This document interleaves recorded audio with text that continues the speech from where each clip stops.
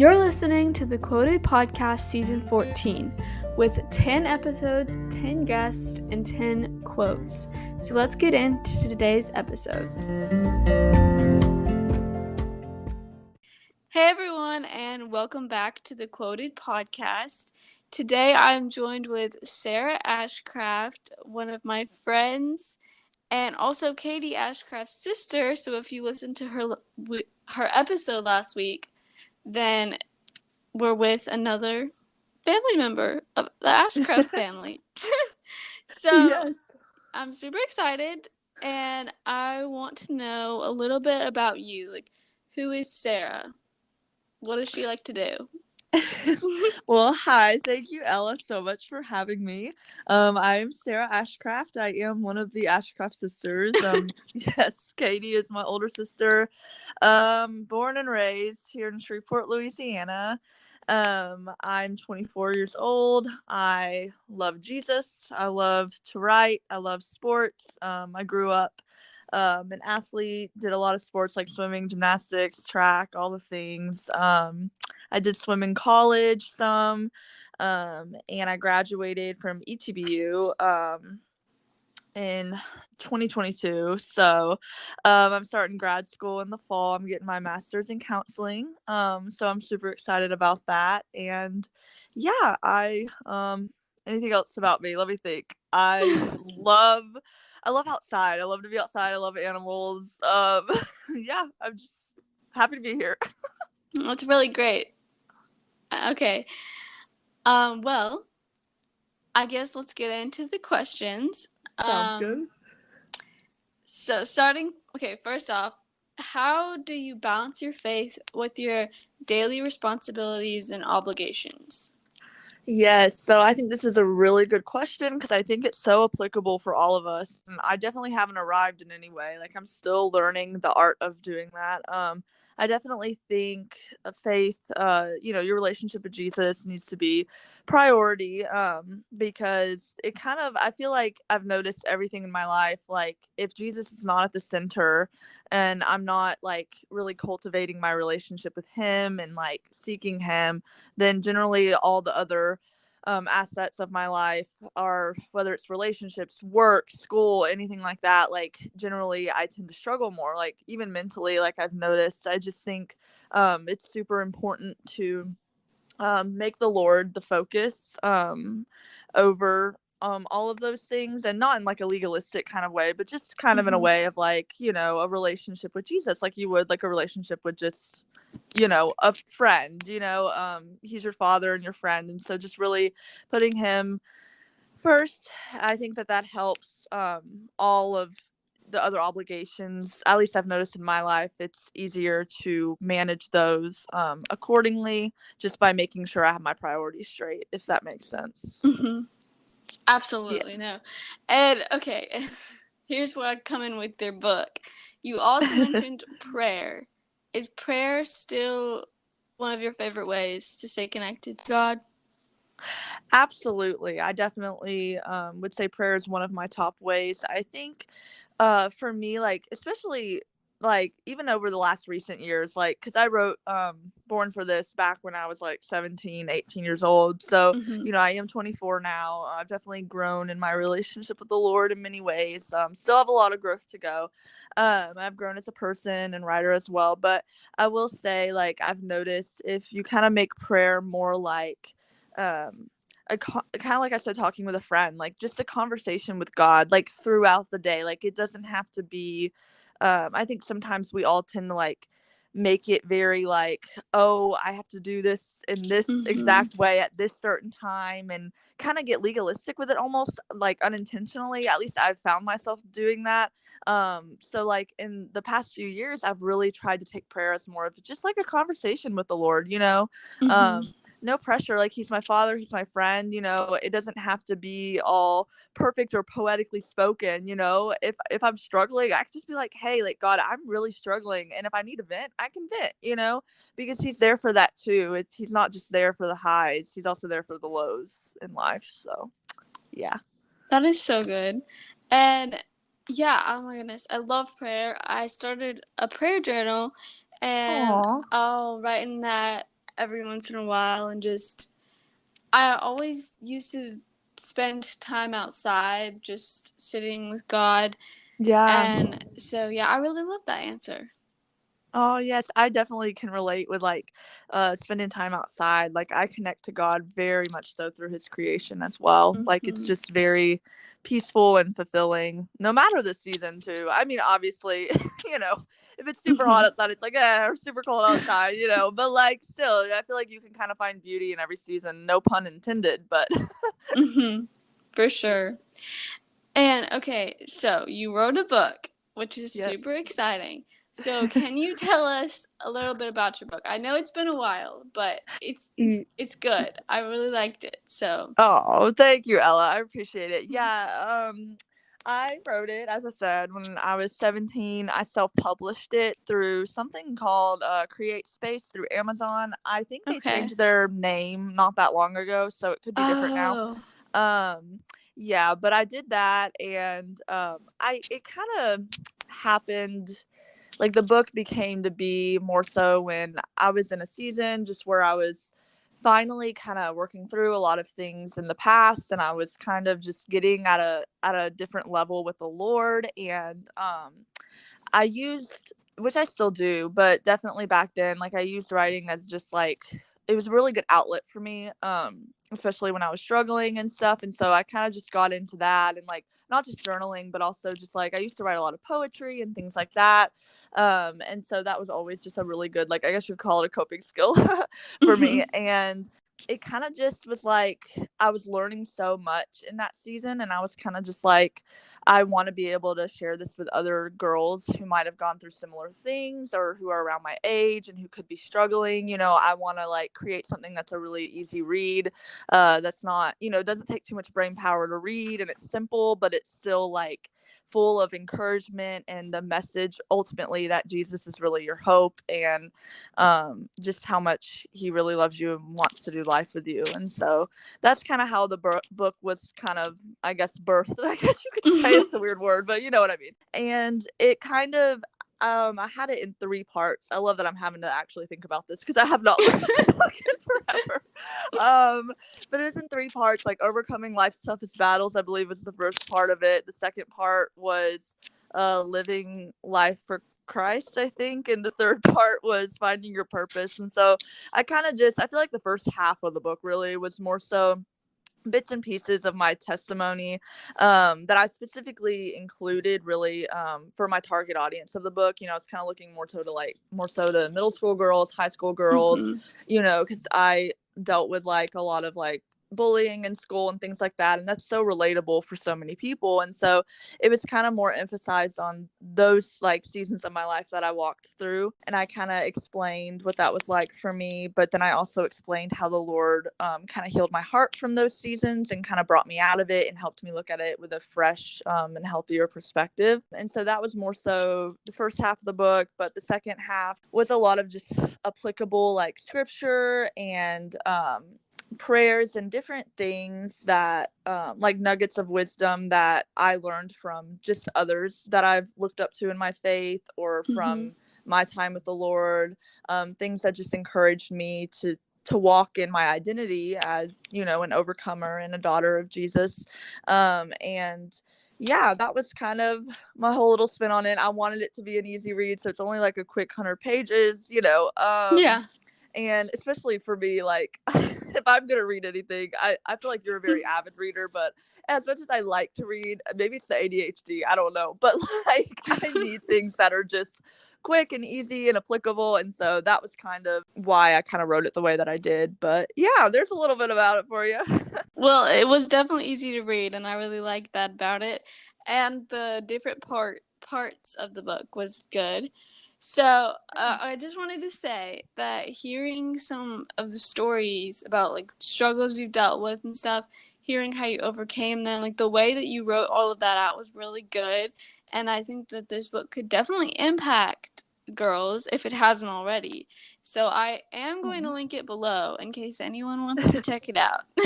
Okay, thank you, Ella. I appreciate it. But yeah, on the topic of books, do you have a favorite book or a favorite author? Yeah, that's a great question. I'm definitely, as much as I'm definitely compared to you again, I don't think I'm an avid reader, but I've read a few books now and again for sure. One I actually really, really love, is called Gentle and Lowly. I don't know if you've heard of that one, I but actually have. okay, yes, it is a great book by Dan Calvin Ortland, I believe is how you say his name. But I've recently been reading that one, and I really just I feel it's while it's a very easy read, it's also very like thought provoking, and it's very deep. Like, definitely Hmm. I would recommend anyone reading it, like, definitely make sure you have the brain power. But at the same time, the chapters are easy to follow, and it just kind of addresses like every part of like Christ's heart and his character. And I don't know, it's helped me in my relationship with the Lord and kind of look at him in a completely different way, I think, than before. And just kind of really see him, just in a place of how much grace he really has for us. And obviously not grace in the sense of like we abuse that grace, and do whatever, but just kind of grace that, like, we're going to struggle in this life. Like, Jesus doesn't promise that it's going to be easy. He never says that in the Bible. In fact, he says in John 16:33 that in this world you will have trouble, but take heart, I've overcome the world. Hmm. And so that's one of my favorite scriptures, actually, because it just reminds me that, like, his heart for us when we're struggling, like, it's not like hurry up and get it together, what's wrong with you. It's no, like, I see your pain, I see your struggle, my heart grieves when you grieve, child, let me sit with you and let me walk through this with you. And so that book, Gentle and Lowly, really has just reminded me of that truth, and it's helped me a lot lately. So I'd have to say that that's my favorite.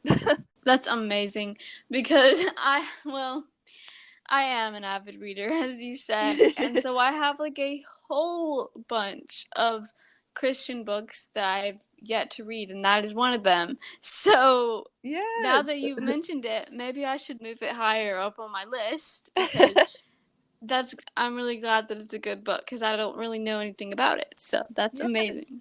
definitely recommend it. And I love that you have a list, girl. It's such a role model. I need a list. It's more of a whole stack, is the thing, Ugh, yeah. which is a little bit stressful, but it's Oh, okay. I can imagine. But yeah, so I'll definitely be looking at reading that soon, hopefully. Nice. Awesome. What is your favorite story or testimony of how God has worked in someone's life, and how has it inspired you? Ooh, I love that question because I feel like I could just talk all day about a lot of people I know and a lot of their stories that I've heard, even close friends of mine. I love hearing people's testimonies. I love hearing what they've come out of, and I think we live in such a culture today that's so, I mean, in some ways I think the church is getting better with it, but I also think still it's Yeah. lacking, with vulnerability and transparency, because the truth is we're all human and we all struggle with something, and we're all going through something. And so I just feel like when people are willing to just, put their heart out there, but, explain their story all for the glory of God, and can help other people, because I am a firm believer that, God doesn't, just set us free just for us. I mean, he does, but it's not just for us. I feel like it's for all those other Mm-hmm. people who are going to come after us, who are going to need, you know, a way out, and who are going to be crying out, looking for a way, for hope, and so we're going to be able to kind of stand in the gap for them, all for the glory of the Lord, absolutely. But that's why I just think testimony is so important, and just a beautiful thing. I thought it was so uplifting, and I understood some of the things you mentioned, and it was so encouraging. So, Oh, I love to hear that. That makes my heart happy. I'm glad that it was able to encourage you, and you're just absolutely precious. I appreciate it, girl. okay, what is your favorite part about God's creation and why? Ooh, I actually loved that question I mean, I loved all your questions, but when I saw that one, I was like, oh my gosh, I love everything. How am I supposed to answer that? But, oof, I would have to say, like, and you probably, I feel like there's so many, like, memes and stuff about this probably on social media, about the sunset girl that's always chasing the sunset or whatever, but I am that girl. um Oh. I just love the sky, and I love just the clouds, and I love the sunrise, the sunset. Like, I just Mm-hmm. think even when the moon's out shining at night, like, there's something so peaceful and just beautiful about it, and exquisite, that's like, I don't know, it's one of those things where I just see something that only God could do. Like, who could make the skies that beautiful, I mean, it's just Oh like my goodness, yes. it's a constant masterpiece, and it's always different, and something like I realized too, like, if you really were to, like, if you had a good sunset watching spot every night and you were to watch it go down every night, like, it would look different probably mostly every day. I mean, sometimes it might be Mm-hmm. similar, but it always looks different, and like the way that, like, we see that, we think it's gorgeous every time. I mean, in most cases, at least I know I do. And so it's just like, but it's always different. And, it's kind of like, and this sounds so cliche, I know, but, look at, like, all of us that God created. We all look extremely different, fully beautiful, And so kind of trying to, Yes. like, that's kind of, I don't know, I connected that not that long ago. And maybe that's not a new thing. Maybe people have always said that. But for me, that just, like, really became real not that long ago, actually, that I kind of just really made that profound connection. But I don't know, I would have to say the skies, but I really do love everything about God's creation. And honestly, if I lived by an ocean, I would probably be there all the time. I love the beach. Amen. Yeah. Ex- Honestly, I would have the same exact answer because I love just looking at the sky and Yes. sunsets and the colors of the sunsets, and when there's a rainbow. It's just so beautiful, and it's just such a good reminder of what Absolutely. God's done for us. Very much so. I'm glad we're on the same page. Yes, of course. Okay, so I've been doing different quotes every episode. So today's Okay. quote is actually from Dr. Seuss. And it says, "Sometimes you will never know the value of the moment until it becomes a memory." So, what are your thoughts on this quote, and what does it mean to you? I love that quote actually so much.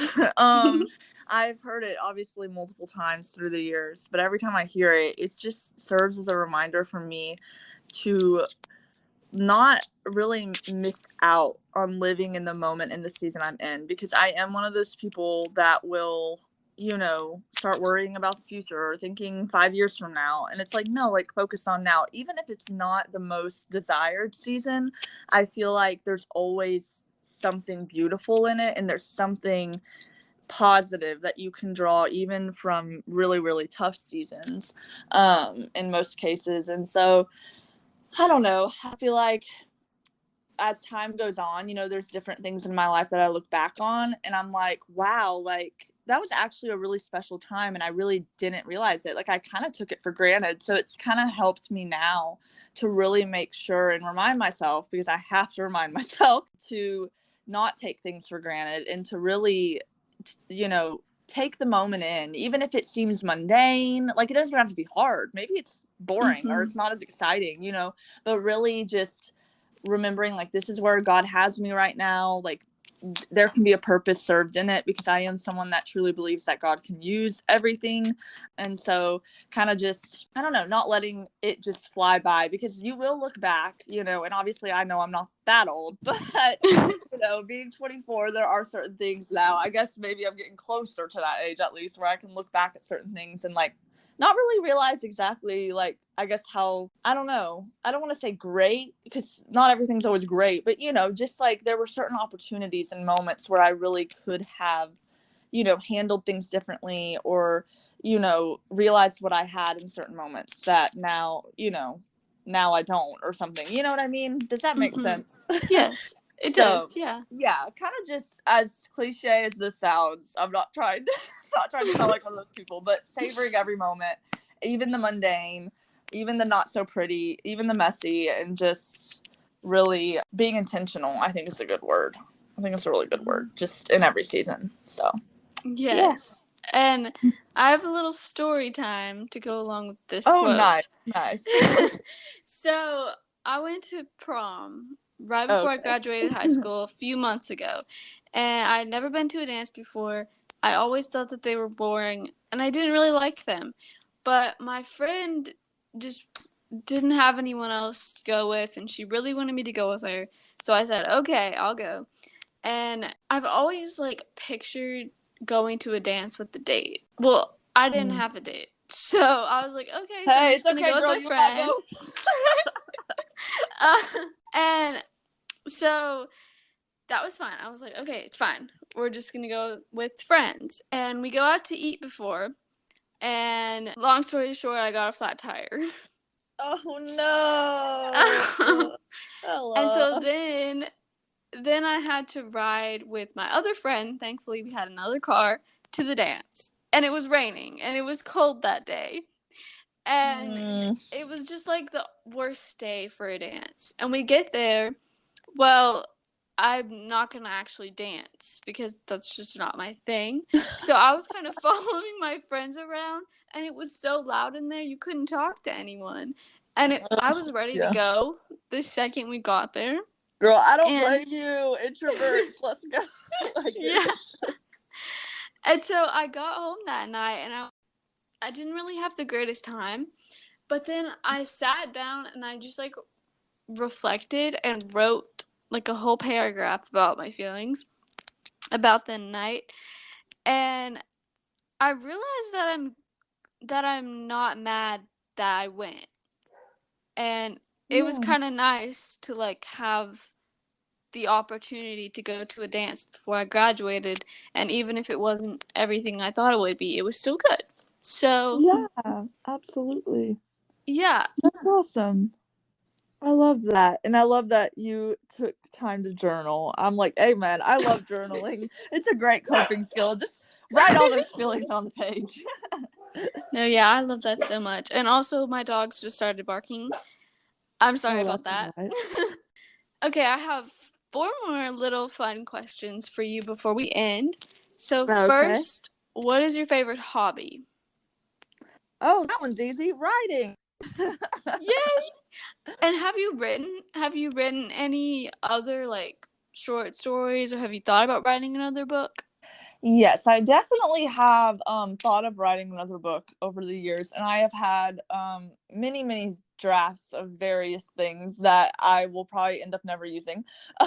You know how that goes, Miss Writer, you get it. Yeah. But I definitely in the future. I would definitely be open to it, just kind of waiting for the right time. And I just believe the Lord will lead me. I'm not in a rush, but I definitely would love to write another book, God willing. That's definitely something in the back of my mind for some time eventually. But again, not trying to rush it, especially with grad school coming up. I'm kind of like trying to focus on that, but definitely am interested to continue writing. I feel like I journal a lot more than anything.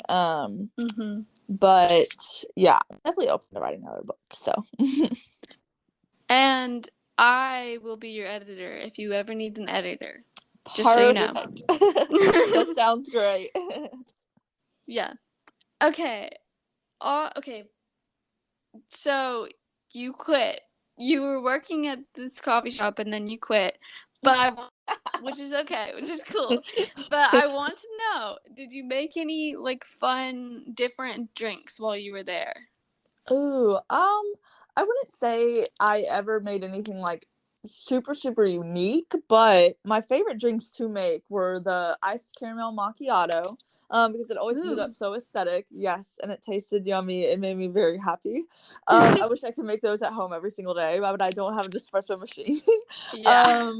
But that would be a dream. I would love an espresso machine. Anyway, back to your question. I did also like to make the iced oatmeal.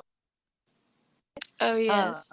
That one was super yummy. It was literally a yummy cookie in your mouth, basically. So it was wonderful. I loved it. I did enjoy it, but yeah, just trying to look for some full-time work right now. So Yeah. Yeah. Well, that's cool. I actually haven't tried the iced caramel macchiato there. So Oh, I girl, probably you should. should. Yes. Go there like today and get one. Okay. Okay. Oh, I think you might have already mentioned this, but your favorite Bible verse. Oh yes. Yeah, I talked about how much I liked John 16:33. I like so many Bible verses though. To give you a favorite, super difficult, but I will say I'm kind of one of those people. I think like depending on the day or kind of what I'm dealing with, or like if something like comes up, like I kind of feel like my favorite verse changes, now and again. Mm-hmm. Right now one of my favorites actually is in the Psalms, and it's funny because so many people in my life have been like, just I feel like it's brought up a lot, like to read the Psalms, and read what David wrote and how relatable it is. And so Yeah. there's a verse, Psalms 107, 13-14. It's, then they cried to the Lord in their trouble, and he saved them from their distress. He brought them out of darkness, the utter darkness, and broke away their chains. And I was just like, oh, hallelujah. That's real good. So I would definitely say that's actually my lock screen right now on my phone. Just because it kind of came as a really timely reminder on a tough day. And I don't want to sound too cliche with this. I feel Mm-hmm. like I say that word so much in this, but on my Bible app, I was having a really really tough day just like a few days ago. It was just really rough, and at the way end of the day, it was like 11 something at night. I'm about to go to bed, and I was just like, oh, like I didn't check the verse today. I try to get on there and read. I generally read like my like hardcover Bible, but I do like to check the verse of the day sometimes. And so I just hopped on, and it was that verse, and I was like, oh my gosh, because me and someone were literally like just talking about that type of thing like that day. I was like, this is very timely. Thank you, Lord. I love that. And that's a really good verse, too. So that's Yeah. perfect. Yes. What verse do you like? I'm just curious. Oh, well, okay. My favorite is, I think it's Isaiah 43:2, or it's Isaiah 43:1. I always forget. That's all right. But it's the one that goes with my book that I wrote called By Name. So it's like my favorite verse because of that. But Oh, yeah. I love that. That's awesome. Do you have any favorite movies right now? Ooh. Hmm. You know, Now, I feel like, as I told you, my favorite verses tend to change. My favorite movie will probably remain the same. And I feel like so many people would probably laugh at me, but it's totally fine because I will own it. But Little Women, 1994, has, ever since I was young, been my favorite movie. It will always be my favorite movie. Thomas Newman composed for that movie because the score is just phenomenal. Anyway, I'm kind of a Mm-hmm. secret music nerd. I love movies. Fun fact about me. I grew up in a musical family, so I've kind of been around Yeah. all the things. But I love that movie. I don't know. It's just something about it. And I think just like growing up watching it with my sister a lot, like we bonded over that. And so to Mm-hmm. this day, sometimes when we like hang out, I mean, she doesn't live in Shreveport anymore, but when we do get together, sometimes we'll watch it. And I don't know, it's just very nostalgic and just makes me feel all warm and fuzzy inside. So Yeah. I would have to say Little Women 1994 version. So Okay, that's a fun one.